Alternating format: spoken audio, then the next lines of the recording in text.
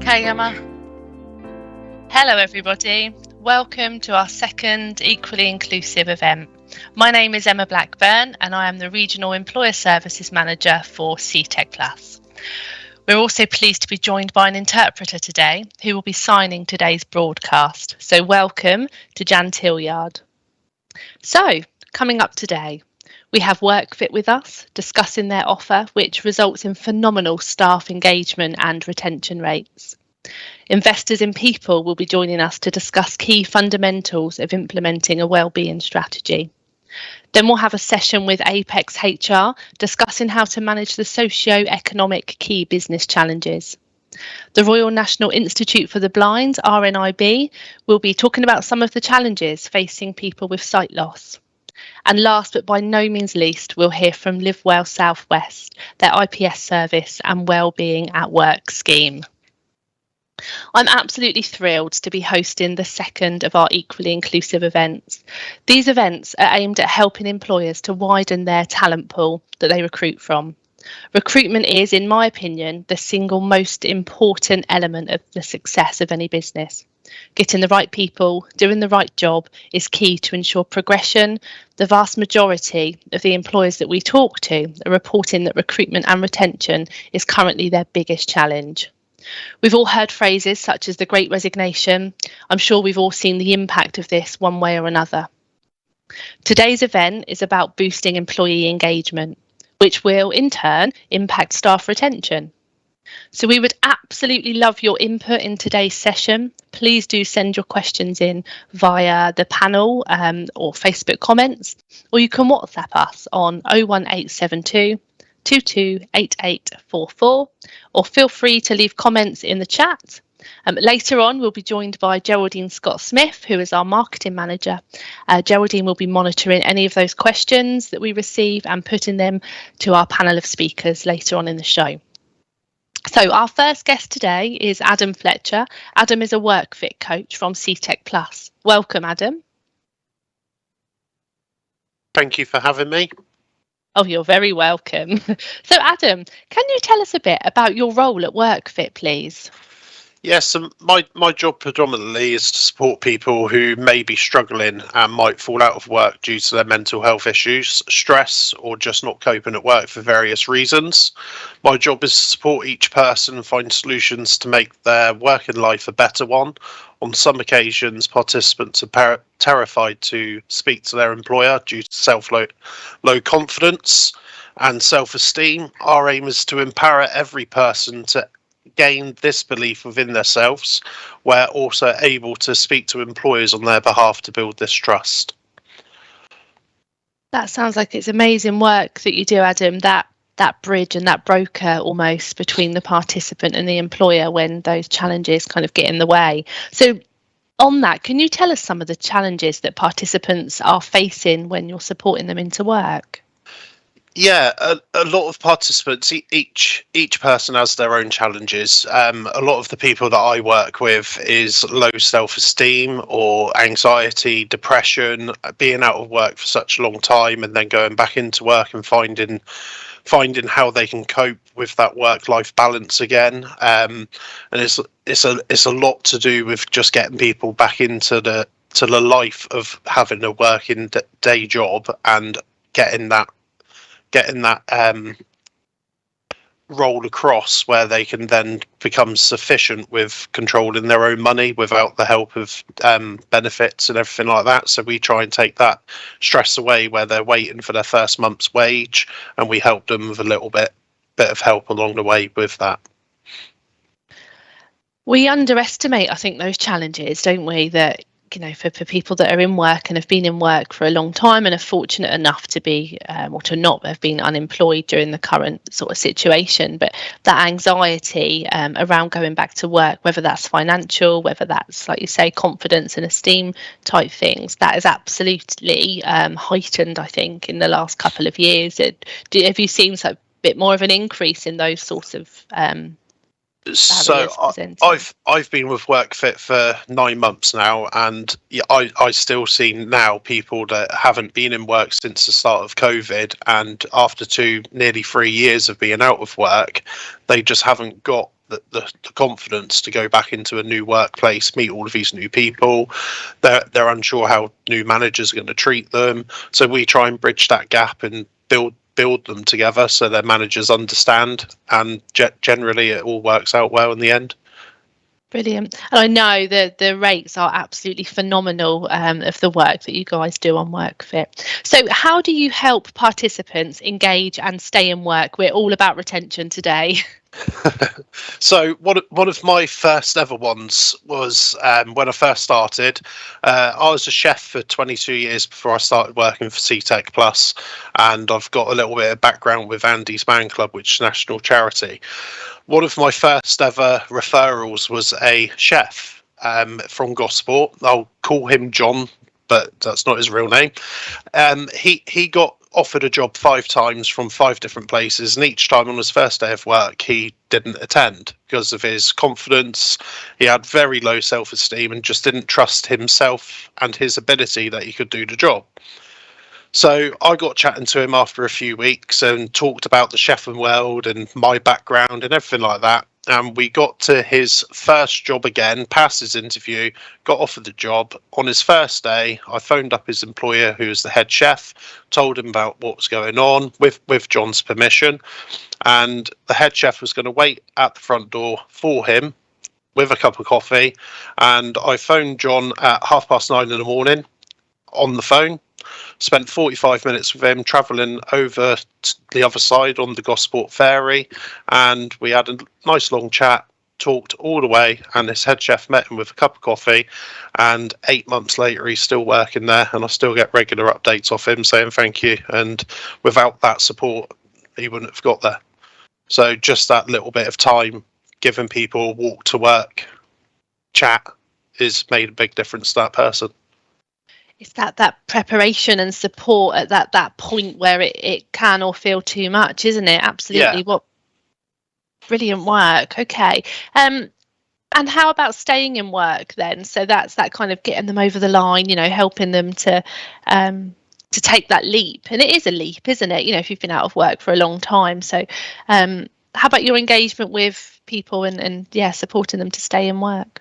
So first of all, obviously, when you start work, your benefits can stop, or if you're not earning quite enough money on your first paycheck, you're going to struggle with bills or getting around how you're going to pay bills. So we try, along with the other part of CTEC, we'll try and take that burden away by giving people food vouchers, petrol money and things like that, to try and make sure that they're able to get that step into earning regular money. So it's things like that, and employer engagement as well, making sure that the employers understand what that participant is going through, and they can also help with giving them sub on wages or food vouchers through their own workplace. I think we underestimate as well that employer engagement and just the employer, like you say, being aware of the situation, because we're talking about challenges that are facing huge pockets of our population, of the labour market, huge amounts of people. And actually, certainly the employers I talk to, and I'm sure your experience will be the same, Adam, will say, what can we do to help? How can we make this easier? We want, this person's great. We really want them to stay in work. What do we need to do? Just engage with employees a bit more. Put an open poster on your workplace or in your canteen. Just say, if you need any help, talk to us. We'll help you. Give people, your staff or your workforce, points of interest of where they can get help, and have a dedicated person who's able to do that for them. Yeah, it's that open door policy, isn't it? Absolutely. Yeah. Brilliant. So can you give us an example of how reasonable adjustments are key to providing in-work support? Yes. So we had one chap who wasn't my participant, so I'm using another lady on my teams. So he was disabled, I think visually and dyslexic disability, and he worked for a chain supermarket, and Elizabeth got to grips with this employer or his line manager, and they got him visually impaired products to help him with his job, got him a tablet so he could read his instructions carefully and tick them off when he's done them. So it's all things like that, and we can work with every employer to suit the best needs for that participant. Brilliant. And it is what is often, I think, a small adjustment can make such a big impact. Yeah, absolutely. Yeah. And would you say that, generally speaking, they're kind of small adjustments that are, cost wise, do you find that they're not overly expensive adjustments? Not really. With the big organisations like supermarkets, those costs are not going to be much, and most adjustments they'd have on site anyway. Smaller companies might find bigger adjustments, but a lot of adjustments can be very cost effective rather than re-employing someone else. So it's worth investing in the people that you've already got. Oh, I like that. Absolutely. Yeah. Brilliant. So what's next for WorkFit, Adam? Well, some exciting, I think. WorkFit has had such great success in supporting its clients internally with working health and jets. So we're looking in and doing talks with other providers to offer this great support to their participants. We're also looking at going externally, and we encourage organisations to make contact and have a chat with us so we can offer and provide their organisation's employees the same service that we treat with CTEC itself. And if people want more information, they can contact us on workfit@plus.org.uk or our team leader direct, christopher.hall@plus.org.uk. That's brilliant. Thank you so much, Adam. Really, really interested. And as always, I'm always pleased to hear about the great things that WorkFit are doing. So thank you so much. Our retention rate at the moment is 84%. Yes, 84%. I mean, that's fabulous, isn't it? I think we'd all like a bit of that. Brilliant. Thank you for having me so much, Adam. No problem. You take care. Thank you. Bye-bye. Our next guest speaker is Paul Devoy. Paul is CEO for Investors in People. Paul. Hi. Hello. Welcome, thank you. Nice Thank you for joining us. Yeah, I'm really pleased you could make it. The work Investors in People do is so pivotal, in my opinion, in enhancing employee engagement, which we know, quite rightly, is a hot topic currently. So, Paul, I've got a few questions for you, as you can imagine. In your opinion, what are the foundations of a successful wellbeing strategy?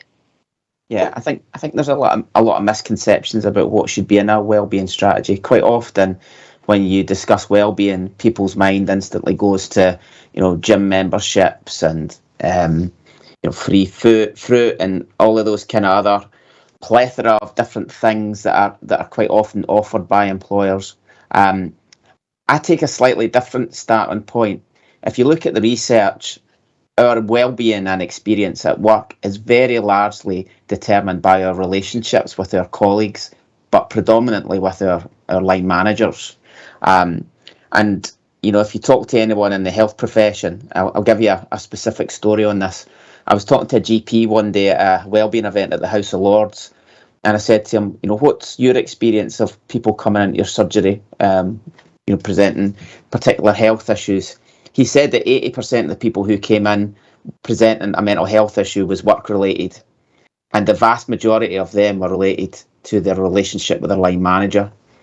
And he said rather than trying to organise, some sort of counselling or therapy or giving them some sort of antidepressant, he wished he could write them a prescription for a better boss. So for me, the starting point is we need to invest in our managers. We need to help our managers manage people better. And that for me is one of the key fundamentals of a wellbeing strategy. Long before you get to gym memberships, yoga classes, fruit baskets, free food, getting the leadership and culture right. Because no matter what else you do, in effect, what you're trying to do with wellbeing quite often is ameliorate the problems that you've created by not having the right type of culture and not having the right type of leadership practices. So not enough time, I don't think, is spent in that. And I'll give you another stat just to back that up. We have over 2 million accidental managers in the UK. That's people that are put into management positions who haven't been properly trained to do the job. and I'm not sitting here beating up on managers. I'm a manager, and quite often I'm not very good at it. It's a very, very difficult job. It requires a huge amount of skill, but we wouldn't let someone become a surgeon or an engineer or drive a lorry without having the proper training and qualifications to do it.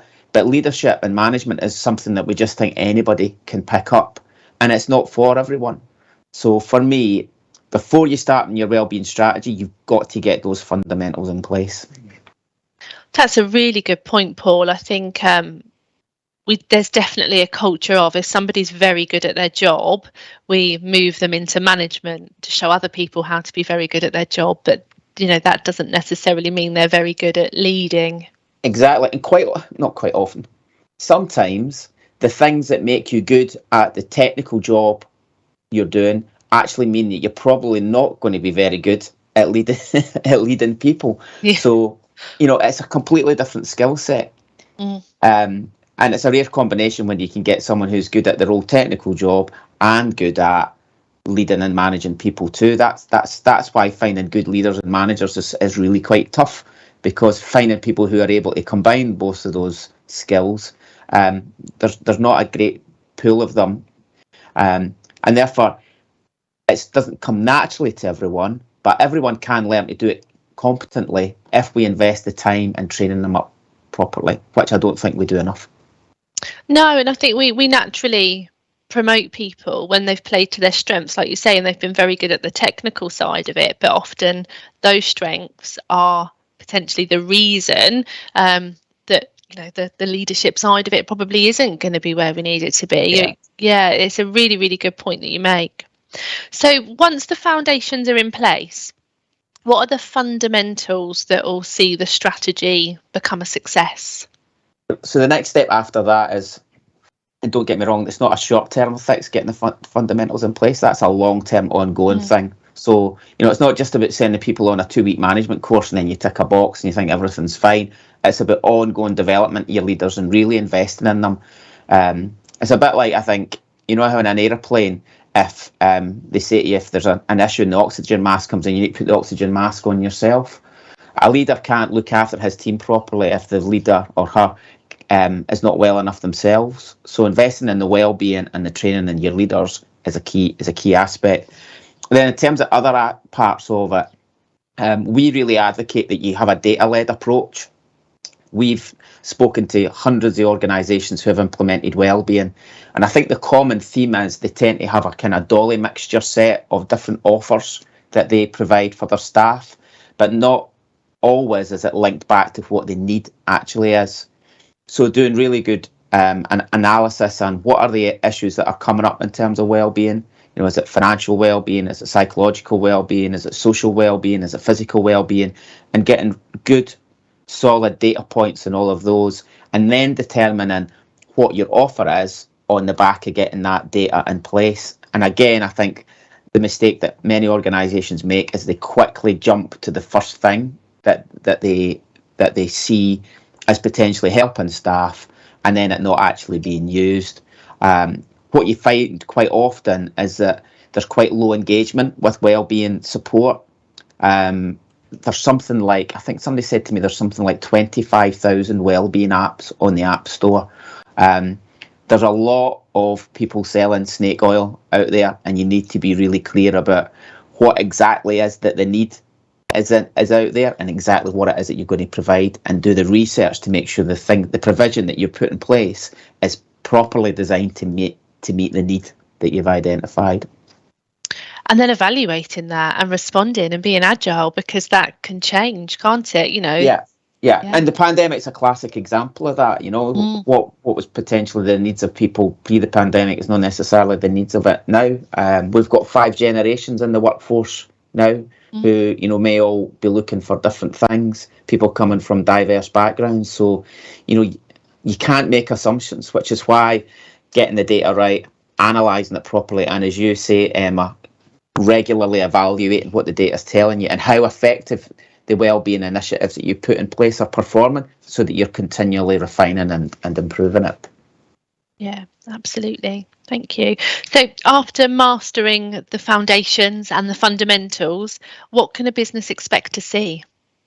I mean, if you get it right, all the research shows that the upsides are phenomenal. If you've got a happy, healthy workforce, they're much more likely to stay with you. And when we've got 1.3 million vacancies in the job market at the moment, staff retention's never been a bigger issue.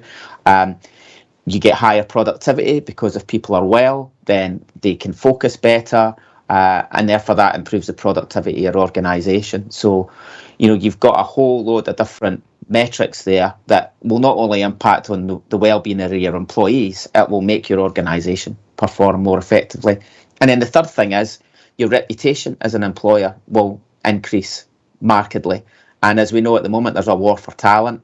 So the more that you can differentiate yourself on being a place that's, healthy place to work, happy place to work, productive place to be, then, you're stealing a march on the competition who, a lot of organisations are way down the track in terms of getting their wellbeing strategy right. Yeah, that's such a good point. I think, like you say, the competition out there is fierce, and I'm certainly hearing and seeing people moving, and the difference in what people are looking for in roles now and looking for in organisations. People will, and are being very choosy about who they work for. Why wouldn't you want to work for somebody with a good wellbeing strategy? Yeah, you spend the majority of your waking hours in work. I think somebody told me the other week there that we spend 80,000 hours at work over our lifetime. So, it's a long time to be miserable if you're not in the right place. So, from our point of view, it's really important that you have a focus on getting that well-being right, because the upsides for your employees and the upsides for your organisation are huge. Yeah, absolutely. That's great. Thank you, Paul. And I understand we've now got a video from Investors in People. So we'll play that. Thank you so much.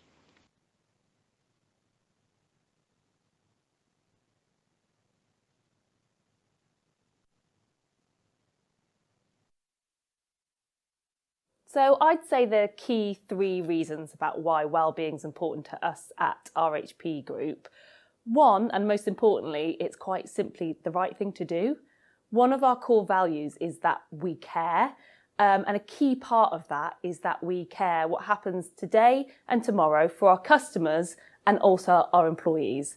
So for us to live and breathe that value, we really need to be taking it seriously to invest in our people's well-being. The second reason is that during the pandemic, people have put their lives into perspective, and that means that the importance of well-being has really moved up people's priority list. So I believe a fundamental reason or differentiating factor that people will use to choose or stay with an employer is now actually going to be their well-being strategy. Not just having a strategy in place, but looking for evidence about how that organisation delivers that strategy as well. And thirdly, linked to that, it makes total business sense. If you invest in people's well-being, it's going to reduce things like sickness absence and turnover. And if people are feeling at their best, they're going to deliver the best for your business and your customers as well. Having 2 trained up first aiders, mental health first aiders, and that really has been important to be able to sort of spot signs earlier on, also kind of signpost people to us to really sort of talk about these issues before they become bigger problems. And also having direct sessions around our awareness on different mental health subject matters. And so whether that's gone out as a newsletter, it's been a delivered session, or we've just created opportunity to talk more and, put down the work and focus on ourselves and get a conversation going about, well, how are you? How has it been? What's difficult? What are you finding that helps? And really trying to sort of get that sort of conversation as a more regular thing in the overall approach to well-being. It's, it's something that you must keep doing through the year and keep revisiting and reminding people that, you're there to help. My proudest achievement in terms of wellbeing at JTI UK has been the creation of our culture around mental health and supporting that throughout the business. In 2017, stress or being off with anxiety or depression was almost a dirty word. And we've worked really hard with lots and lots of key programs, awareness sessions, upskilling our line managers and our teams to embrace the concept and talk about the elephant in the room, which has been mental health over the last few years. I'm really, really proud to say that now most of our teams are confident to come forward and disclose their mental health condition, whether that be to a member of the Wellbeing team or to their line manager, and discuss openly what support they need from JTI to continue to thrive at work. This is an amazing achievement. We still have lots of work to go, but this is my proudest moment. We have found so many benefits in terms of working with the IIP framework. I'd say one of those is that sometimes making improvements in terms of employee engagement on a whole can feel quite overwhelming because it spans so many different areas. But what the framework does, it helps you break that down into really manageable different sections and different chunks that you can work together to help to achieve to keep improving. I'd say the second thing is that sometimes you don't know what you don't know. And you might feel that you're doing well in certain areas, but what the framework does, it provides a really objective view about where your gaps are. So whatever level you are in that area, it means that you can keep making progress and you've got some really tangible actions to work towards.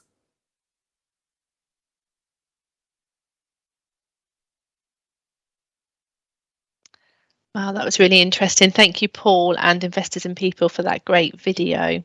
Our next guest is Kevin Miller.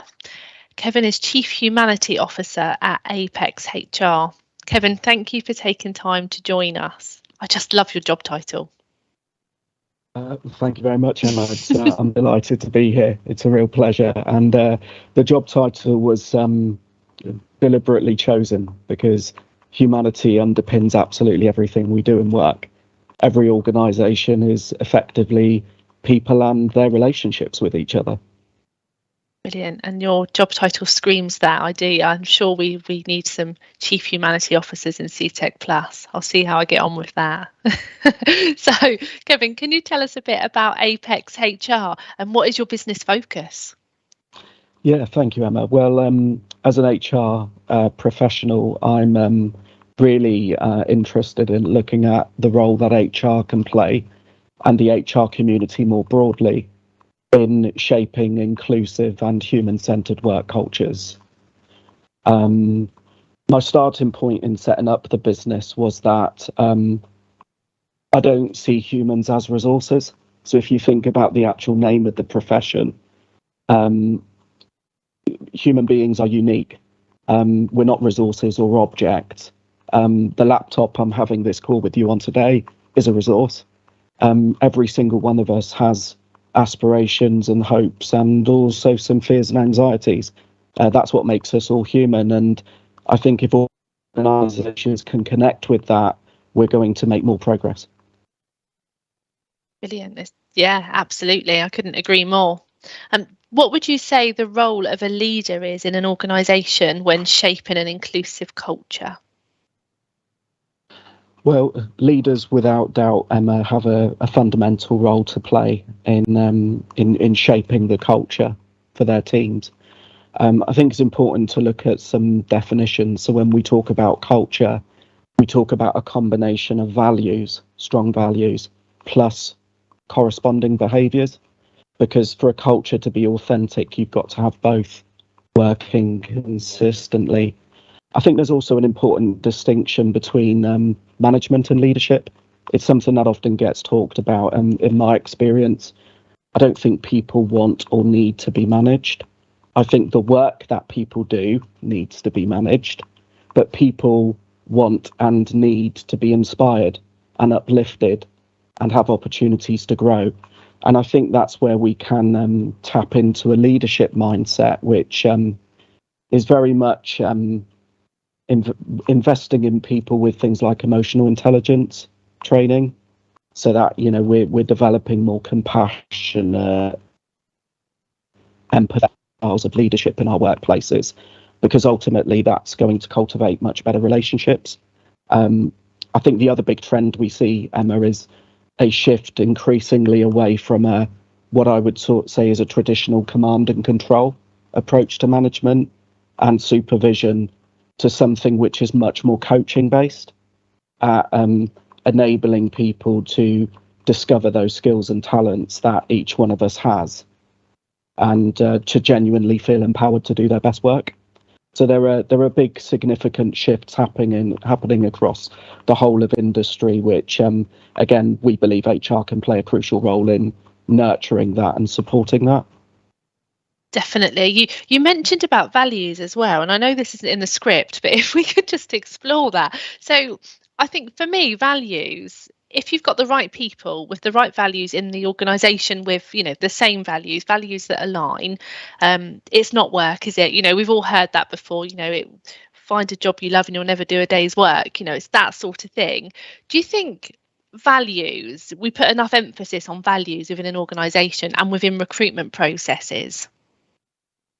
In essence, no. I don't think we put enough emphasis on shaping what I would call our authentic values, which are unique to the organisation.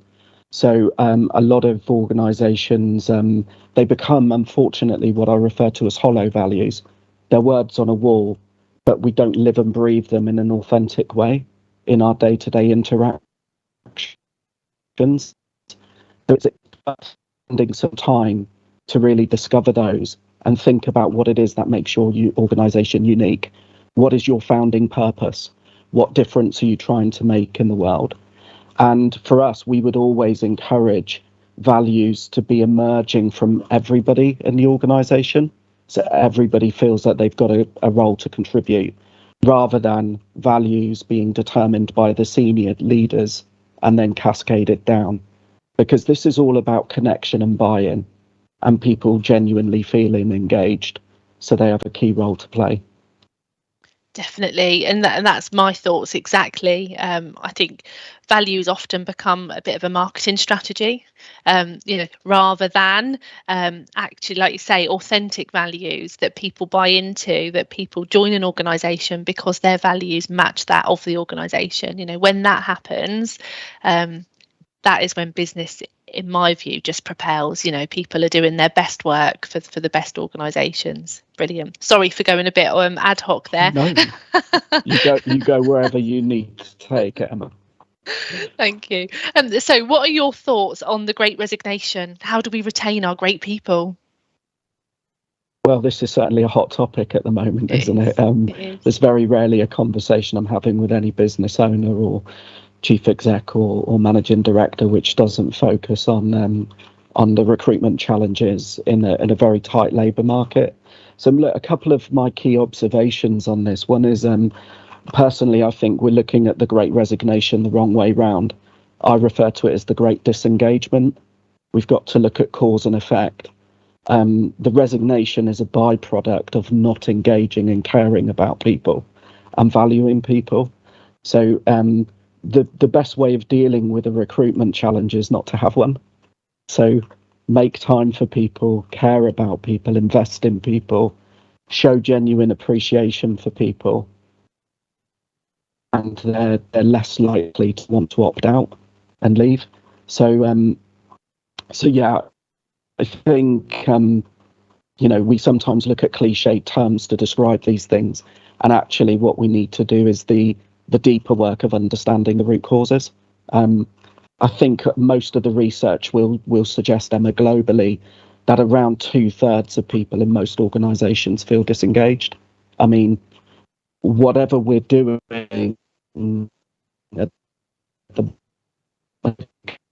it's not working to the level it needs to for people to feel that level of connection. And I agree with previous contributors that at the heart of this is the relationship you have with your immediate line manager. It's that important. Absolutely, I couldn't agree more. And a current key business challenge is presenteeism, which I don't think was anywhere near as much an issue pre-pandemic. How does this affect disengagement of staff? Yeah, well, I think again, it's important just to step back and think about some of the terms. So every organisation wants people who can give us a consistent and reliable level of attendance. But we also need people to be well and to be healthy because without that, we don't build successful businesses. And look, in terms of what's happening in wider societies around the world, we're having the scarring effect still from COVID and having to completely rethink and reevaluate so many aspects of our lives. And just as we're emerging from COVID, we're facing a significant cost of living pressure. And I think this goes back to the fundamentals, Emma, of seeing the unique person first and the employee second. If we can shift our mindset, because we'll all be to varying degrees facing these significant challenges, and by doing more fundamentally around more listening, open listening without judgment at a human level makes such a powerful difference. So yeah, you can have higher levels of attendance, but that may be masking a slightly different issue if people are not feeling well supported in their roles more generally. Yeah, absolutely. And not feeling comfortable or secure enough to take their time out when they need it. Absolutely. Yeah, it's such a good point that you make. So why should an employer consider health and well-being as a driving solution to manage these, what are really, really key business challenges? Yeah, well, I would say, Emma, what is more important than people's health and well-being at the end of the day? What do we put as more of a priority than that? Alongside it being the right thing to do, there is an overwhelming and compelling business case for doing this. There are numerous ripple effects and benefits created for employers by shaping and nurturing a well-being strategy which shows we authentically care about each unique human being working with us. And I agree, we've got to move beyond tokenistic gestures around supporting well-being to something which is much more authentic. And we often talk, again, in the work we do, Emma, about the positive ripple effects when people go home at the end of the day. So if your well-being is supported in the workplace, you're more likely to go home and have more healthier and productive relationships with your family and friends, because we spend so much of our lives connected to organisations in the workplace. The way we feel and the way we're treated in our places of work, it has a huge significance for our wider lives. So those positive ripple effects for communities, we see that employers have got an amazing opportunity to actually build a better society. Absolutely. And those ripple effects, the impact on family, the negative impact on family, which then negatively impacts the individual, and it becomes cyclical, doesn't it? Absolutely. Yeah. Absolutely. Fab. Okay. So what are your health and wellbeing top tips for employers?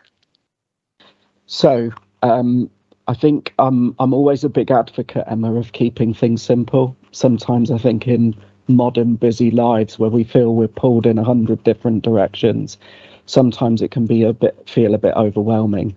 So the simple solution I would suggest is engagement is the next conversation. Making that next conversation meaningful, pausing to listen and be present, suspending judgment for a moment, genuinely trying to walk a mile in the shoes of somebody else, creates such a powerful catalyst for change in organisations. And the more people we can get doing that, the better. I think a lot of it as well, a top tip for me would be a shift in our mindset around not seeing humans as resources or objects or numbers on a spreadsheet, but as unique people who are worthy of dignity and respect.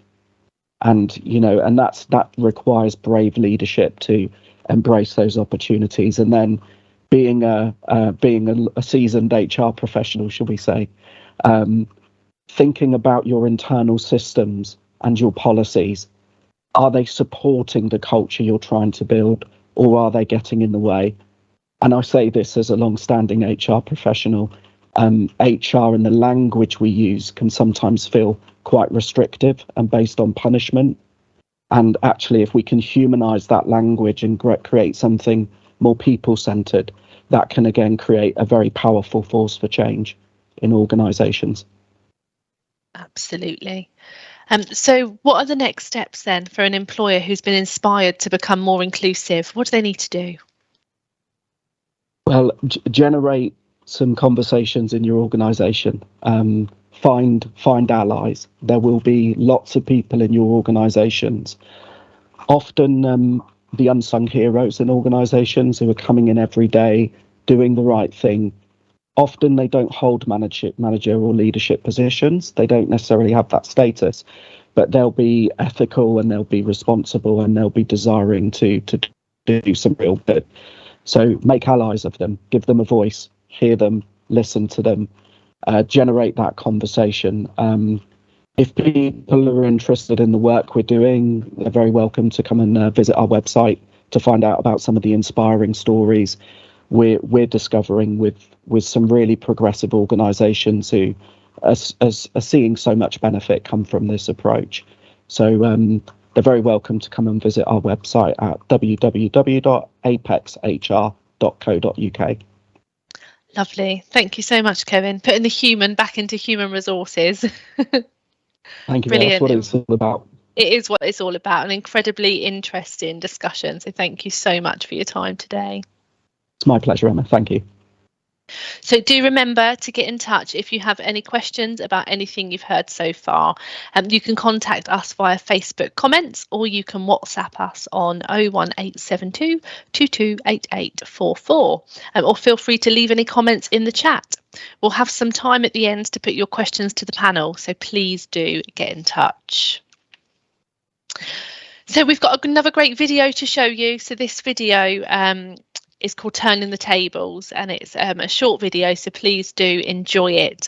Over to George and Charlotte, who are discussing the barriers to hiring processes.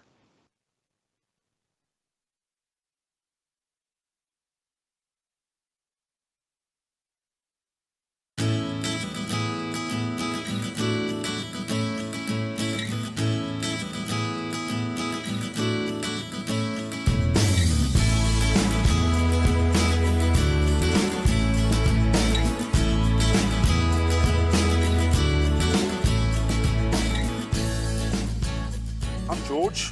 I have autistic characteristics. Well, at least I believe I have autistic characteristics.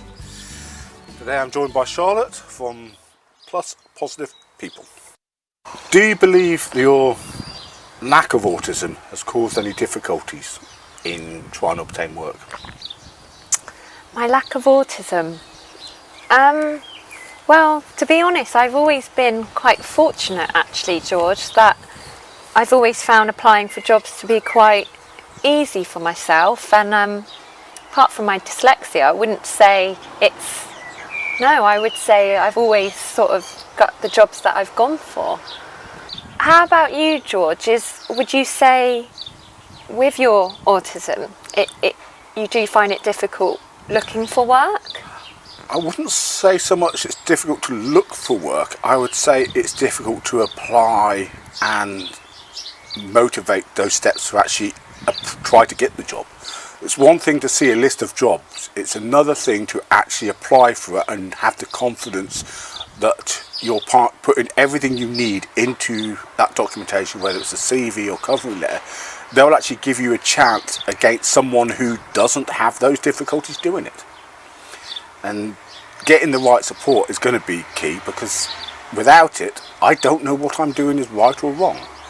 And that is probably where the autism really plays in, because I don't have that knowledge and I haven't been able to obtain it.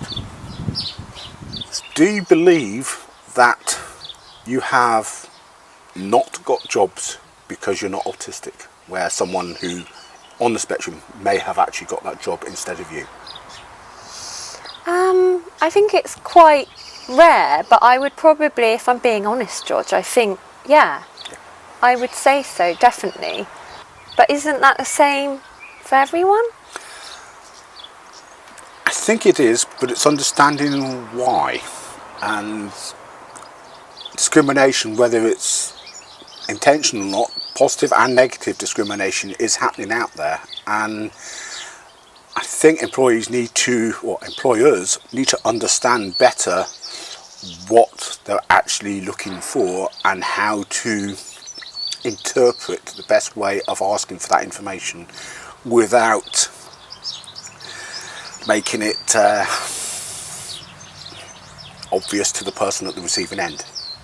Because the last thing you want to do is feel like you've got a job because you've got a disability, but also you don't want to feel like you've got a job because you've got that disability. It's trying to make it so you've got the job because of what you can do. The disability is just an extra. We have to live with those disabilities, so it's a case of I've got the disability, my employer doesn't have that disability as far as I know. They are looking for an employee. They shouldn't be looking for a disabled employee or a non-disabled. And that discrimination does happen. I've been on both sides of it. Thank you for talking today, Charlotte. And how does it feel being on the opposite side for a change? Well, George, I would say, if I'm being honest, I've actually found today quite difficult. I think it's on the other end. I feel like I'm seeing things from your world, which I really appreciate. I found the wording of the questions at times difficult, but it was just interesting, and I've just been so enlightened with your story and you sharing your experiences with autism, because today, having the questions flipped like that, I found it quite a challenge, if I'm being honest. Not been as easy as some would think, but it is something I can learn from as well. Thank you. Thank you, George.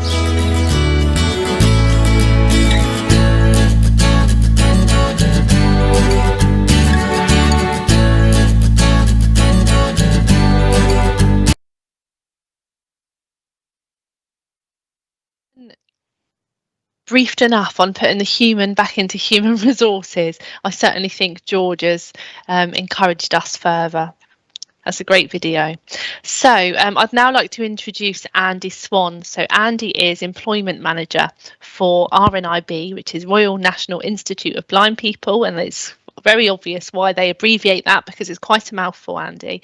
So thank you so much for joining us. How are you doing? I'm good. Thank you for inviting me along, Emma. It's nice to be here. I'm keen to hear about all of the great work that RNIB do, so please do tell us.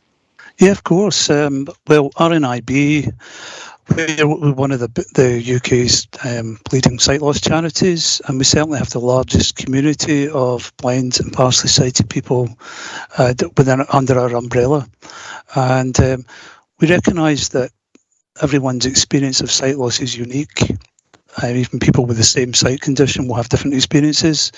So we're set up to offer help and support for blind and partially sighted people and the agencies and the employers that they work with. So this could include anything from practical support, emotional support, practical things like reading services and daily living products, as well as at the same time campaigning for change, and trying to make society a better place. Brilliant. Domestic and social trends are rapidly changing within our economy and industry environment. How likely is this going to impact the workplace in the next few years, Andy? It's a good question. I think we're already starting to see the change. People are generally working later in life. We have an ageing population. People have less economic security than they would have in the past. And even, for example, the employment rate of people aged 65 and over in the last 20 years has more than doubled. So people are certainly working later in life. And as we know, the state pension age, and I hesitate to even give a figure for this because we know it changes all the time, but the state pension age is increasing. About a third of people expect that when they reach the state pension age, they want to keep continuing in their current job, working the same hours as they did before. So we know people are getting older, and particular acquired sight loss happens more to people as they get older. So we expect that the number of people with sight loss is going to increase because of these social trends that we're experiencing. It's really interesting. And what are the employment challenges facing people with sight loss? Well, it's quite an interesting idea. There's quite an uneasy fit between employment and sight loss. We know on the one hand that many people are very successful. People who are blind or partially sighted or who have some type of sight loss can succeed in quite a range of jobs. And at the same time, far too many people just can't even get into the labour market to start with. So we estimate there are around 11,000 people with sight loss in the UK who are actually looking for work now. But moving into work isn't always that straightforward. 4 out of 5 people who are in jobs have had some sort of adjustment made to help them complete their role at work.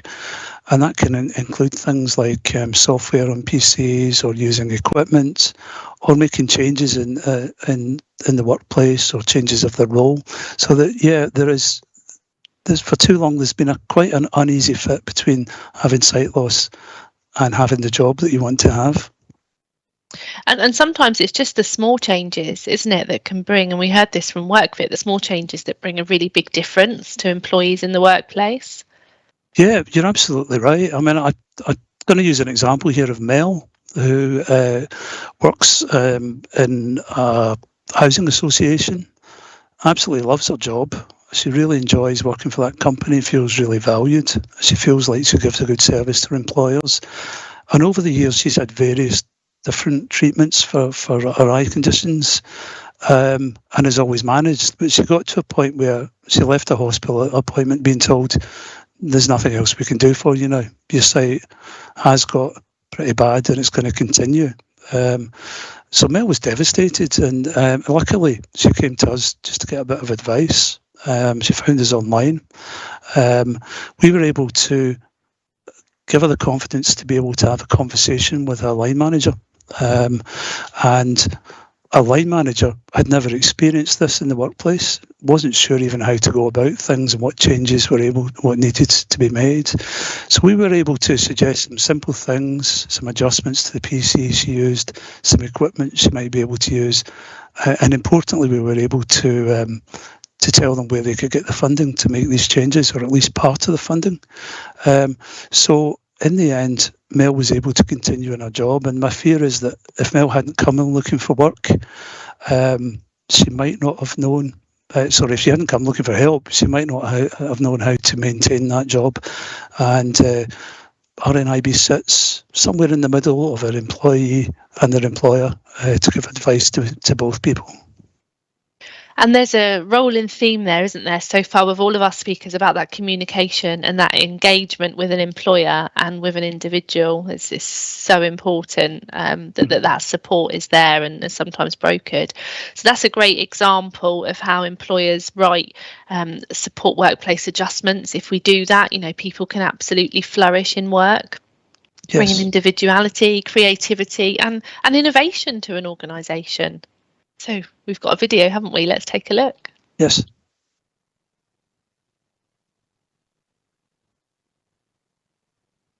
Only 1 in 4 blind or partially sighted people of working age are in employment. We are a valuable, underutilised resource in the UK workforce. See what we can do. I'm Chris Fawcett. I'm currently working as a regulatory compliance manager for a global education company. I'm Laura and I'm an occupational therapy assistant working in mental health. My name is Nathan and I'm a client advice officer. My name is Dan and I'm a graphic designer and 3D visualiser. I'm the director of a corporate events company. I'm the Chief Operations Officer for Lighthouse London. I'm a parliamentary and public affairs manager. I'm a gigging musician from London. I advise the Scottish Government on transport accessibility. I'm Director of Services at a national charity. I'm the UK's only visually impaired ice hockey player. I have a rare form of macular degeneration, which means for me that I have lots of blind patches in my field of vision. I was born with an eye condition called Leber's congenital amaurosis, and for me what that means is that I have no useful vision at all. A bleed in my brain caused 90% vision loss. I'm registered as severely sight impaired. I have advanced glaucoma and I have tunnel vision. I have albinism, which means my vision is very blurry and I can't see detail. I find myself a lot on stages with a keyboard and a MacBook and a screen reader. All I need is a large monitor and to invert the colour on my screen. I use text-to-speech software to help me do my job. I use screen magnification software. I use speech software on the computer and the inbuilt screen reader in my phone. I use a pair of glasses that have a bioptic telescope. I use a monocular like this for seeing things at distance. I've taught over 1,000 children to roller skate. I built my first computer in 2004. I used to work for the civil service in Whitehall as a ministerial private secretary. I'm an administrator for the civil service. I'm a press officer. A community development officer. I'm a locally elected councillor in the London Borough of Brent, where I'm also cabinet member for housing and welfare reform. I'm Scott and I'm a camera operator. I have extremely low vision in my left eye and I'm short-sighted in my right. And I made this film. See what we can do. Take our employment accessibility health check to find out how inclusive your workplace is. Visit rnib.org.uk. RNIB. See differently.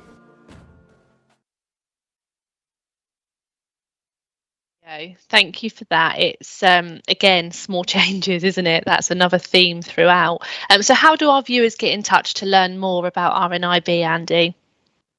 The easiest way to get us is either online or through our helpline. And you know, we're happy to deal with just one-off inquiries if an employer needs a bit of help or an employee needs a bit of advice.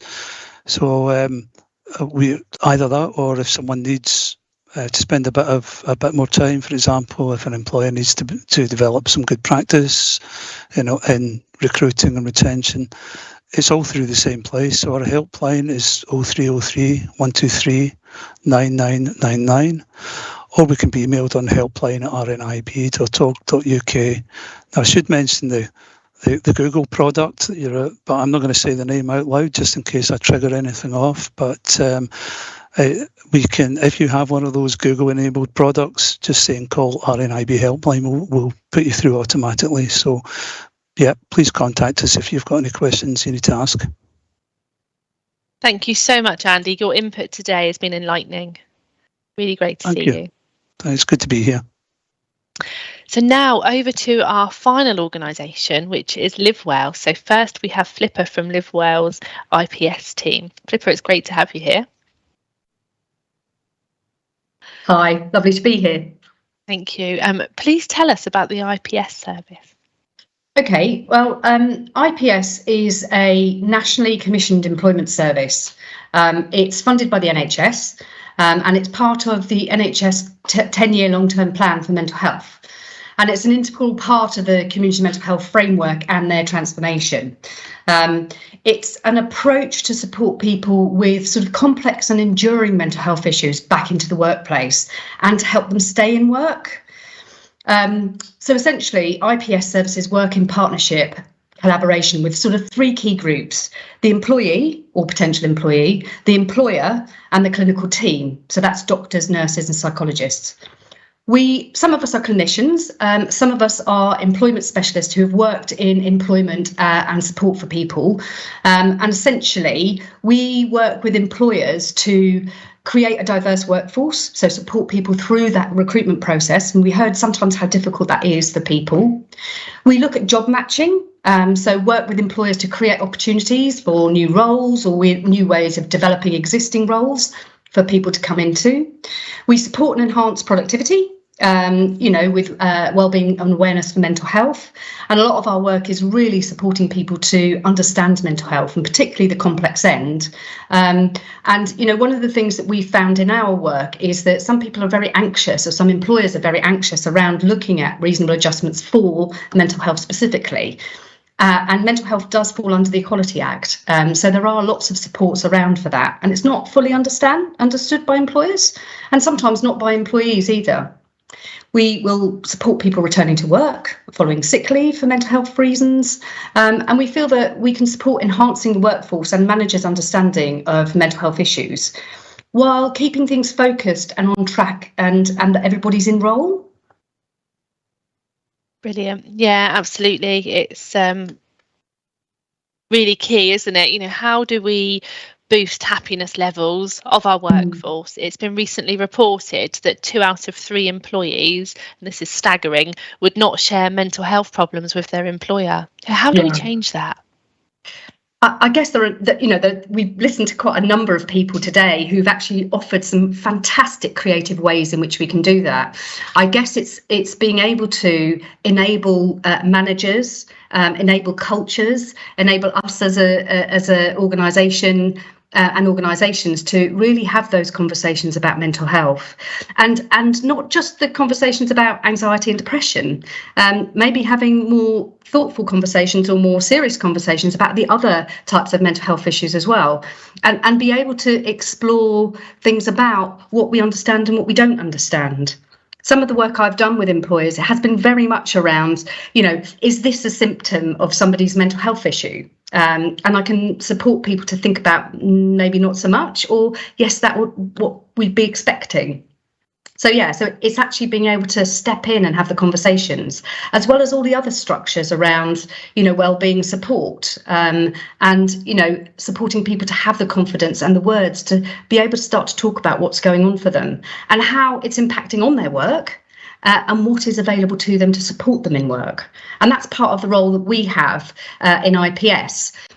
Some of the things that we can do is broker between the employee and the employer. We do some specific work around personal disclosure.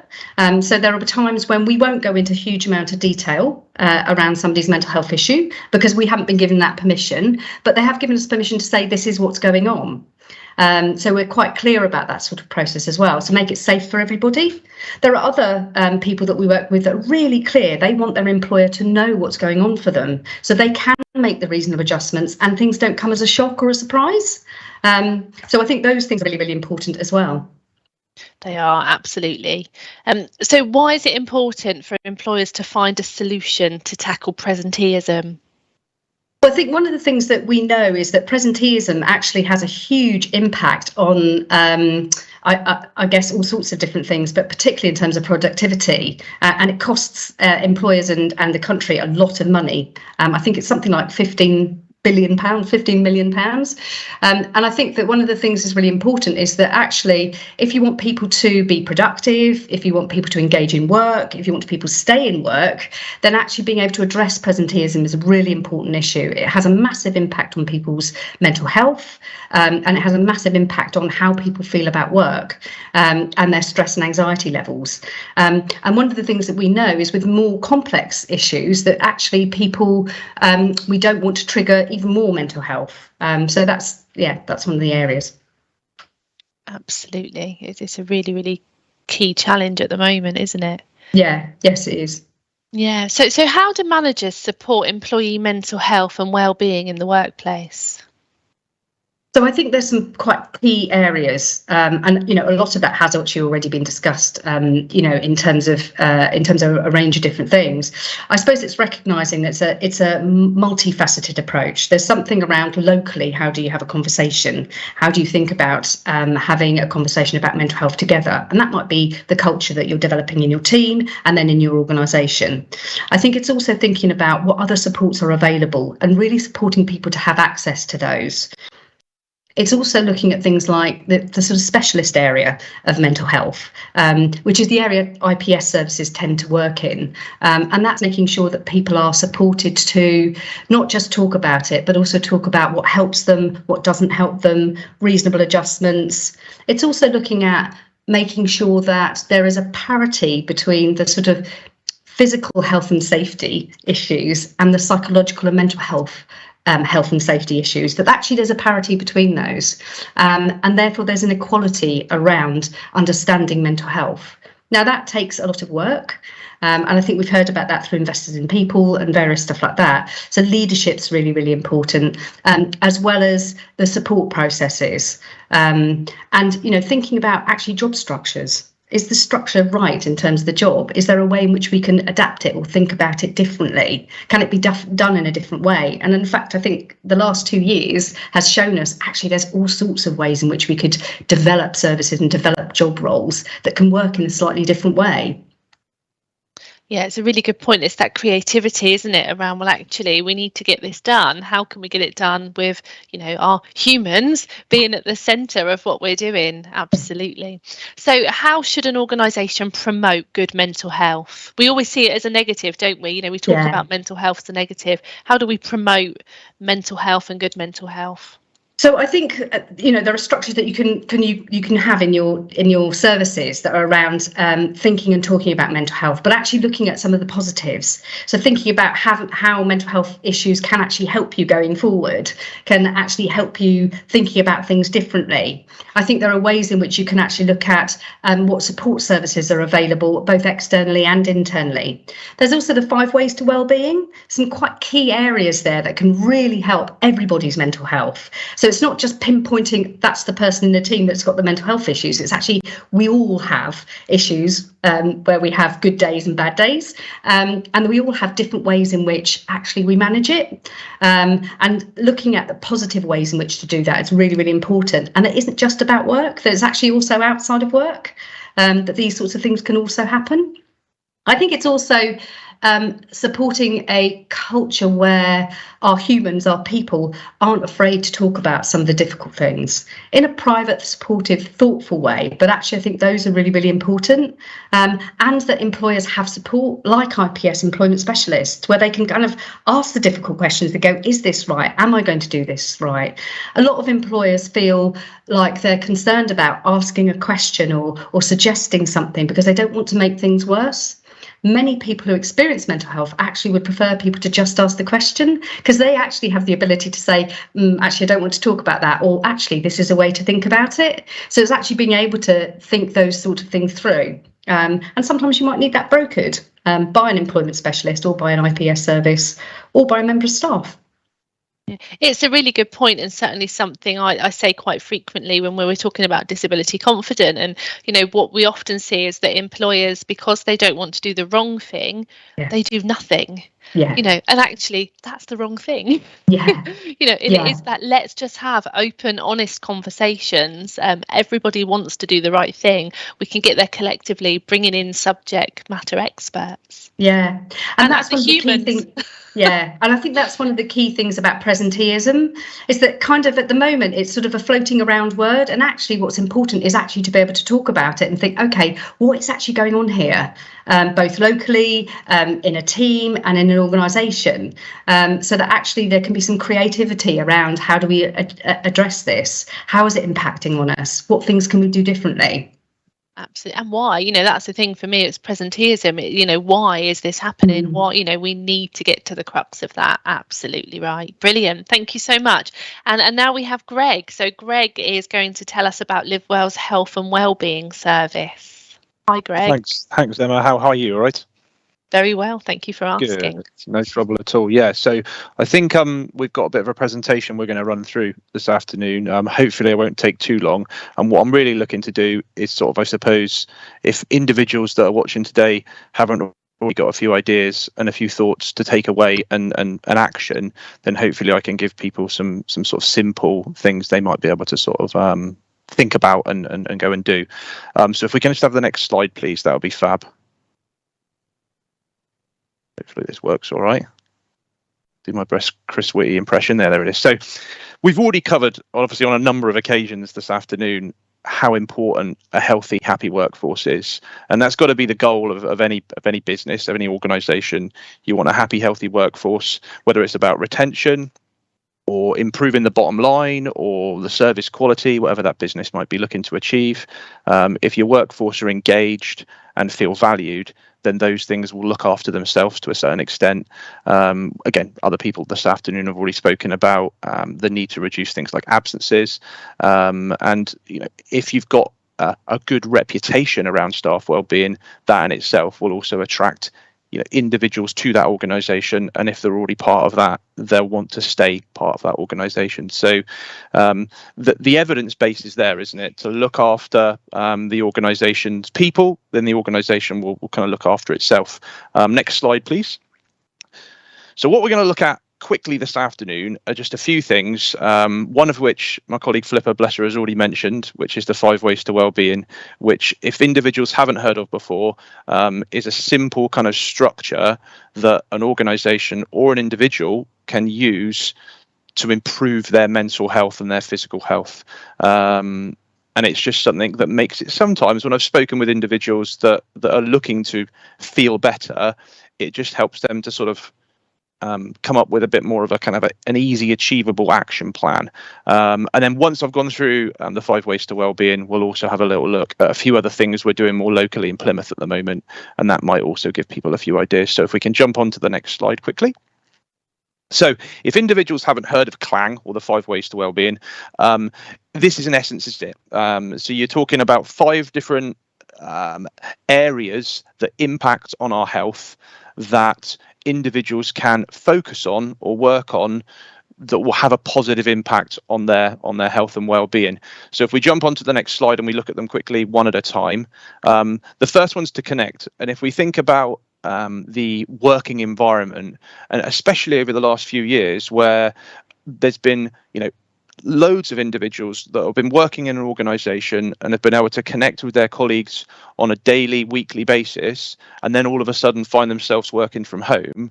One of the things we've seen over the last few years, even within our own organization, is that ability to be able to connect with colleagues has maybe been a little bit more difficult than it used to be, and that has had a negative impact on people's well-being. But what we've also seen is us come up with ideas to improve that ability to be able to connect with others. So whether that be, events like today and being able to embrace technology to be able to put people in contact with each other, that ability to be able to connect as human beings helps us to sort of look after our well-being. And even outside of work, I think most of us, we like to be able to connect with individuals with similar interests, and talk about things that, we have an interest in. If we jump onto the next one. And then we've got learn. So again, thinking about within the workplace, first of all, I think it was mentioned earlier that when you're in work, people like to feel as though they're contributing and that they're progressing and that there's like an action plan for them. And this is that about this again, human nature, that we want to learn, we want to kind of understand new things. So if organizations can create that kind of learning environment, again, that's going to have a beneficial impact on the health and well-being of their workforce. And then the next one, please. So to stay active, and this is maybe one that is more kind of commonly aware of. Most people know that if they move more, then that is generally going to have a positive impact on both their physical and their mental well-being. But again, over the last few years, has this been impacted on through the pandemic? Have people found themselves working from home, perhaps less likely to get up and go for a walk with colleagues, and therefore their activity levels have gone down?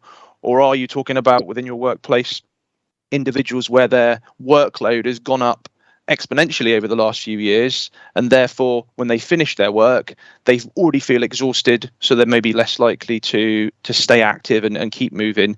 So the more we move, the better our health and well-being is going to be. And then if we jump on to the next one. So notice, and this is one that I often see as something that people can do alongside one of the other ones. So if, for example, someone's made the decision that, right, I'm going to move more, I'm going to go out for a walk after work or during lunchtime or something like that. What notice is about is noticing the things that are going on around us. So when you go for that walk, is there something that you can kind of take in as you're going for that walk? Most of us, we might think, right, we live in areas that might have some historical interest or something like that. And could we maybe kind of use that opportunity when we're going out for a walk to take in some of the whether it be nature or history that's going on around us? And then that also links in with what we think we've already looked at, is the learning, where you, all of a sudden you're also learning about things that you didn't know about before. And then if we can jump onto the last one, please, which is give. And this is about that, again, human nature, about giving to other people, supporting other people, whether that's lending a listening ear and having a conversation and connecting, or whether that's actually giving your time or giving your energy into some sort of voluntary activity. All of these 5 different aspects of the 5 ways to well-being, if we can access them and if we can incorporate them into our daily lives, will have a beneficial effect on our well-being. So there's a quick whistle-stop tour of the 5 ways to well-being. If we jump onto the next slide, because I know I'm going on as usual. These are just a few of the things that we're working on in Plymouth at the moment around well-being and working with organisations within our area.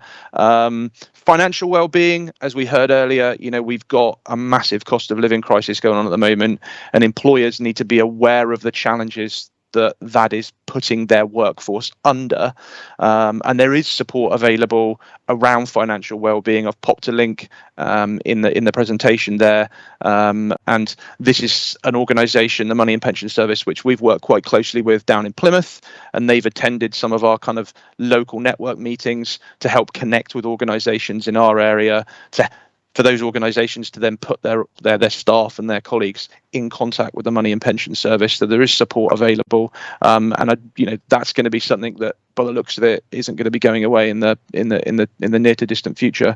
The next one is trauma-informed practice. So some of you may not have heard of this before, and it's only something that we've been looking at within Plymouth for the last sort of 3 to 6 months.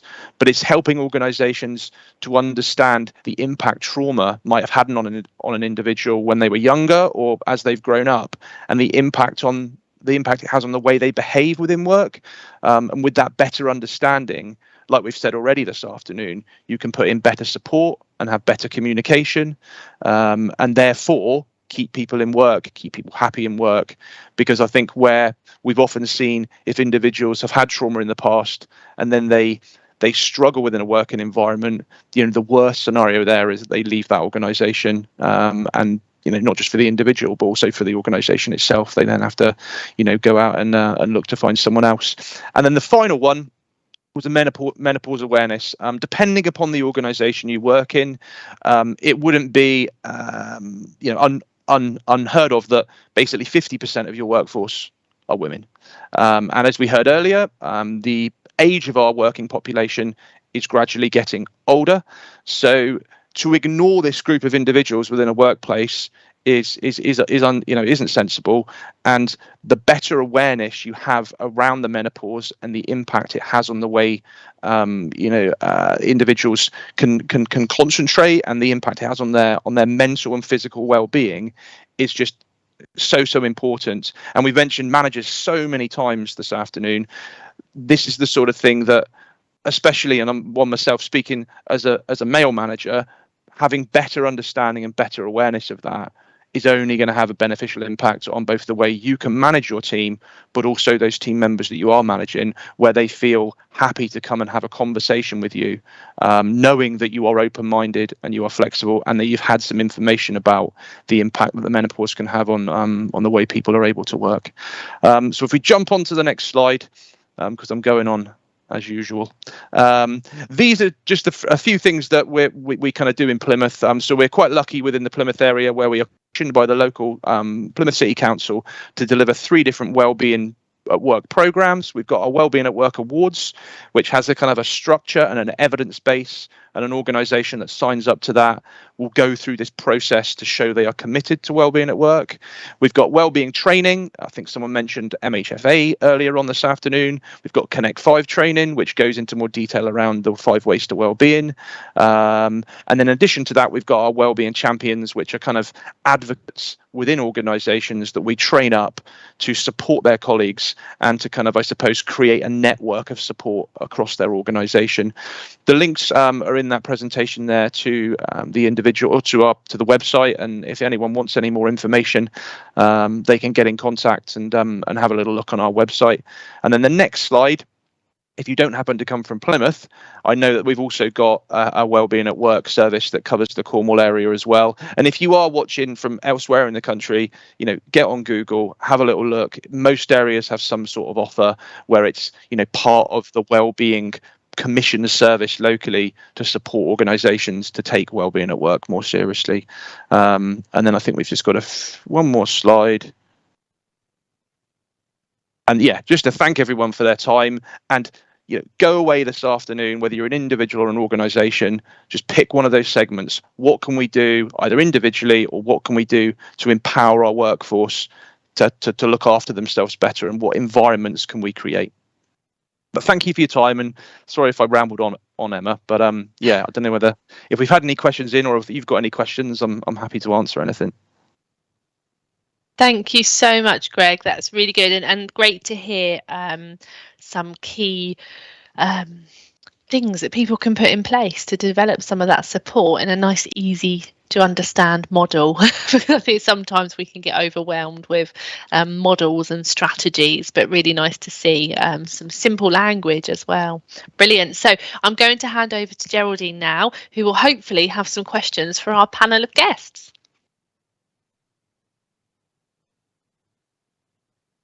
Hi Emma, and thank you. It's certainly got everybody thinking. I've got lots of comments and questions for everyone, I think.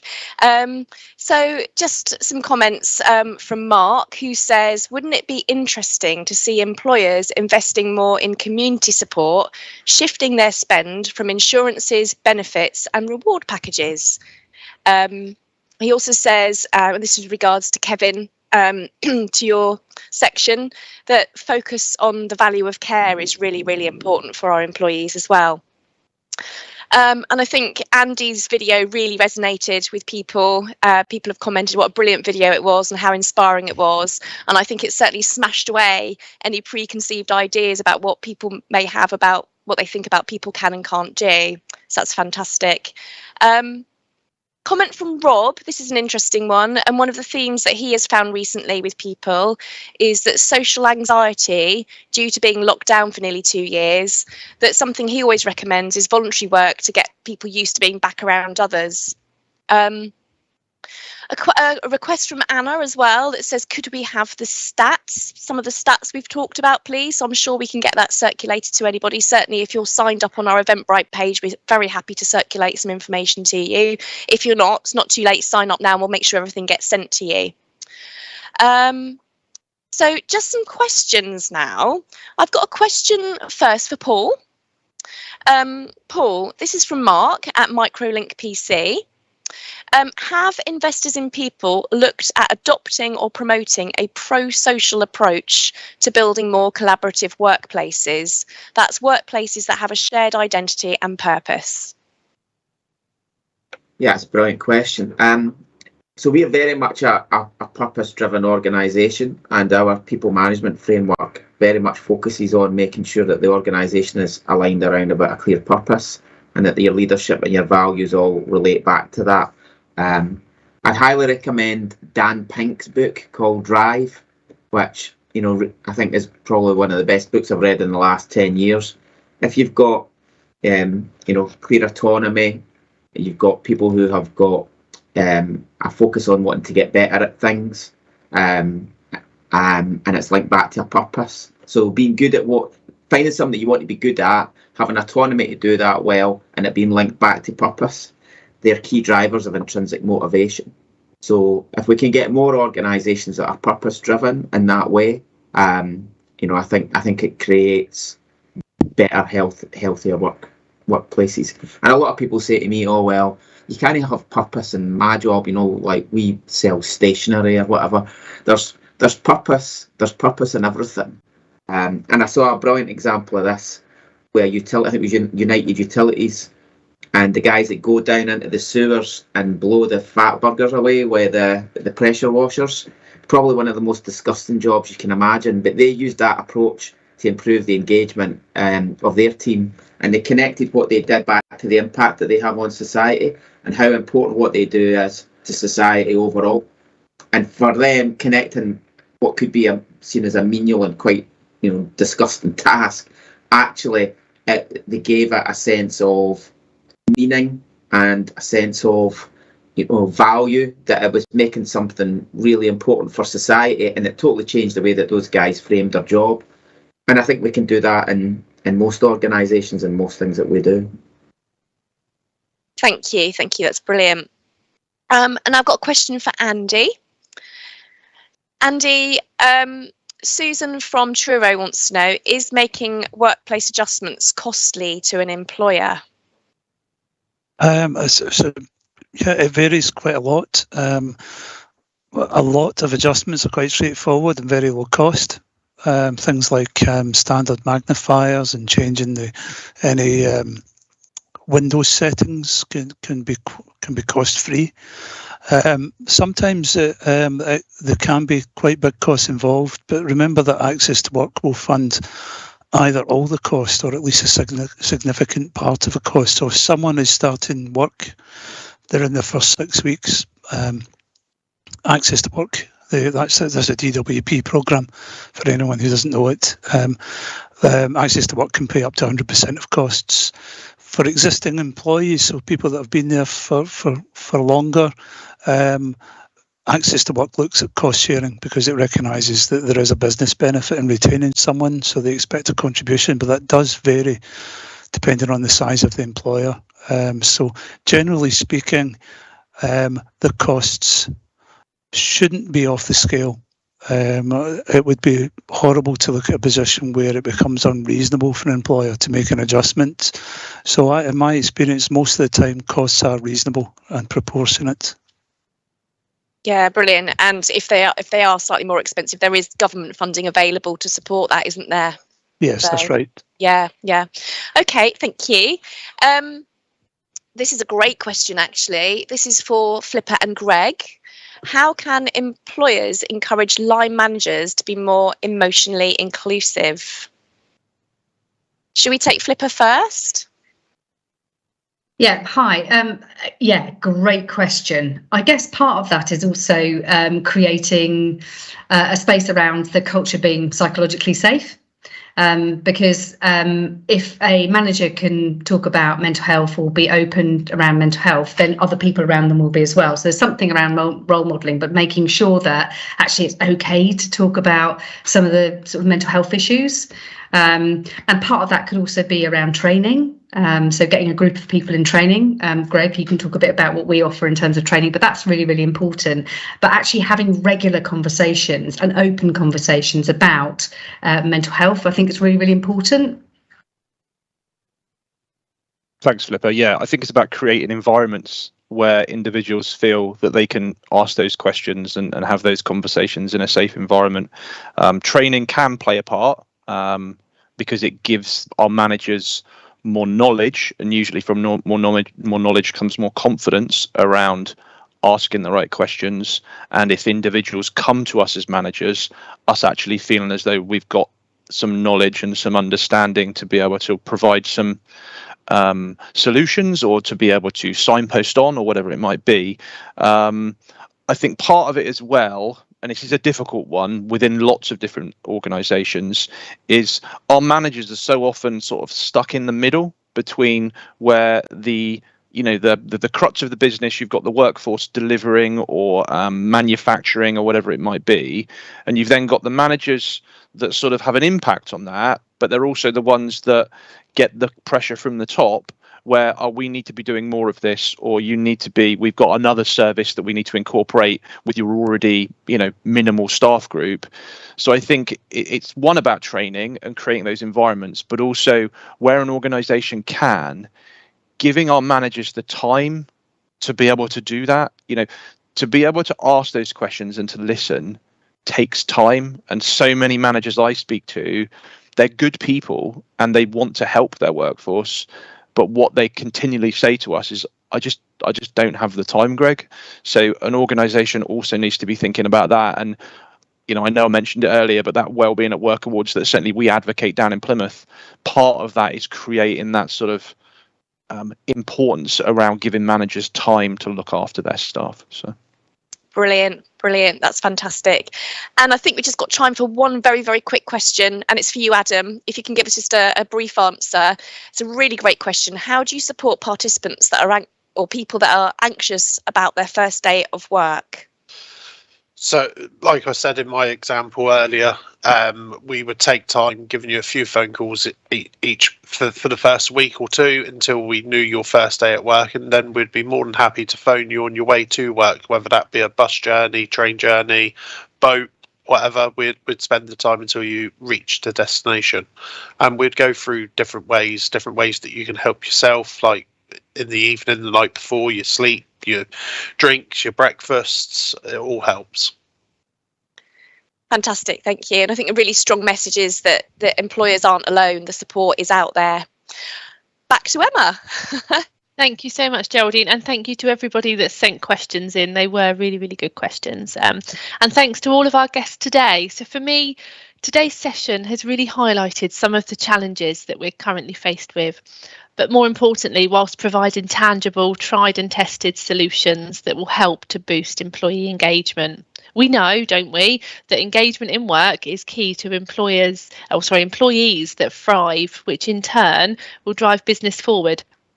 The last 2 years has seen really drastic changes in people's priorities. Work-life balance is now often quoted as the single most important element when a candidate's considering a new role.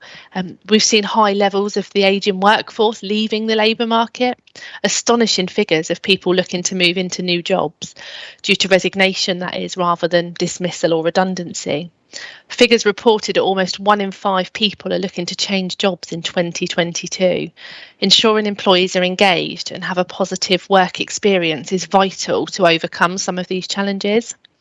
So making adjustments, working with individuals to ensure their experience is positive isn't often overly time consuming or costly. And we've heard that theme throughout, but it absolutely will enhance employee engagement and positively impact attrition levels. So CTEC Plus's objective is to support our participants into sustainable work. We do this by supporting individuals and employers to ensure we get the right people into the right job. Please do get in touch if we can help you with any of the topics today, recruitment, retention, disability confident. You can reach us at employers@ctecplus.co.uk. So thank you for all of our delegates for your attendance and input. We'll be sending out a short feedback form, so please do return this. It will help us shape our future events. And finally, thank you to everyone involved today in making the event happen. Lots of work happens behind the scenes, as you can imagine, which is ultimately what makes it happen on the day. So please look out for our next equally inclusive event, and I hope to see you all there. Thank you very much.